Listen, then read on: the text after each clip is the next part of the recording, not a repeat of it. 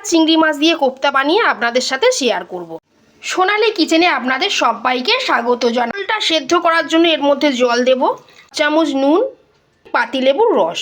প্রেসারের ঢাকনা লাগিয়ে 2টো সিটি দিয়ে ওলটা সেদ্ধ করে নেব। গ্যাসে তড়কা প্যান বসিয়ে দিয়েছি, মশলাটা হালকা করে ভেজে নেব। তেল গরম হয়ে গেছে, চিংড়ি মাছটা দিয়ে দেব। তেলের মধ্যে 1 মিনিট নেড়ে নিয়েছি, এবারে গ্যাস বন্ধ করে দেব। ভেজে নেওয়া মশলাটা শিলে মিহি করে গুঁড়ো করে নেব। মিক্সির জারের মধ্যে ভেজে রাখা চিংড়ি মাছটা ঠান্ডা হয়ে গেছে, এর মধ্যে দিয়ে দেব। একটা ছোট সাইজের পেঁয়াজ এর মধ্যে দিয়ে দেব। আদা, 8 কোয়া রসুন, 2টো কাঁচা লঙ্কা। এবারে এটা মিক্সিতে একটা পেস্ট বানিয়ে নেব। এদিকে ওল আর আলু ভালো করে সেদ্ধ হয়ে গেছে, আমি এটা ম্যাশ করে নেব। এবারে যে চিংড়ি মাছের পেস্টটা আমি বানিয়েছি সেটা এর মধ্যে দিয়ে দেব। 1/2 চামচ হলুদ গুঁড়ো, ভেজে গুঁড়ো করে নেওয়া মশলা দেব, সামান্য একটু চিনি, বাইন্ডিংয়ের জন্য ব্যবহার করব 2 চামচ বেসন। এবারে হাতের সাহায্যে সব কিছু খুব ভালো করে মেখে নেব। কোপ্তাগুলো ভেজে নেব। গ্যাসের ফ্লেম মিডিয়ামে রেখে কোপ্তাগুলো লাল লাল করে ভেজে নেব।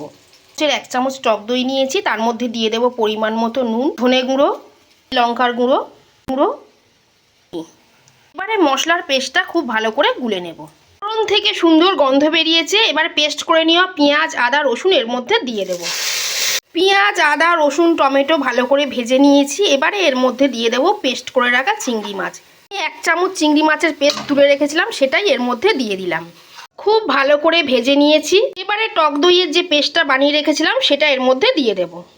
সোনালী কিচেনের রেসিপি যদি আপনাদের ভালো লেগে থাকে তাহলে প্লিজ চ্যানেলটা সাবস্ক্রাইব করে দেবার অনুরোধ রইল। মশলা থেকে খুব ভালো করে তেল ছেড়ে গেছে, এবারে গ্রেভি বানানোর জন্য এর মধ্যে দিয়ে দেব পরিমাণ মতো গরম জল। গ্রেভি খুব ভালো করে ফুটে গেছে, এবারে এর মধ্যে ভেজে রাখা কোপ্তাগুলো দিয়ে দেব। এগুলো আর ঢাকা দেব না, খোলা অবস্থায় গ্যাসের ফ্লেম জোরে করে দিয়ে 3 থেকে 4 মিনিট খুব ভালো করে ফুটিয়ে নেব। ওল চিংড়ির কোপ্তা কারি একদম রেডি। সবশেষে ওপর দিয়ে দেব 1/2 চামচ শাহি গরম মশলা গুঁড়ো আর দেব 1/2 চামচ ঘি। এবারে আমি গ্যাস বন্ধ করে দেব। সবসময় ওল আর চিংড়ি মাছের ডালনা না বানিয়ে একবার এইভাবে কোপ্তা বানিয়ে দেখবেন, ভীষণই ভালো লাগবে।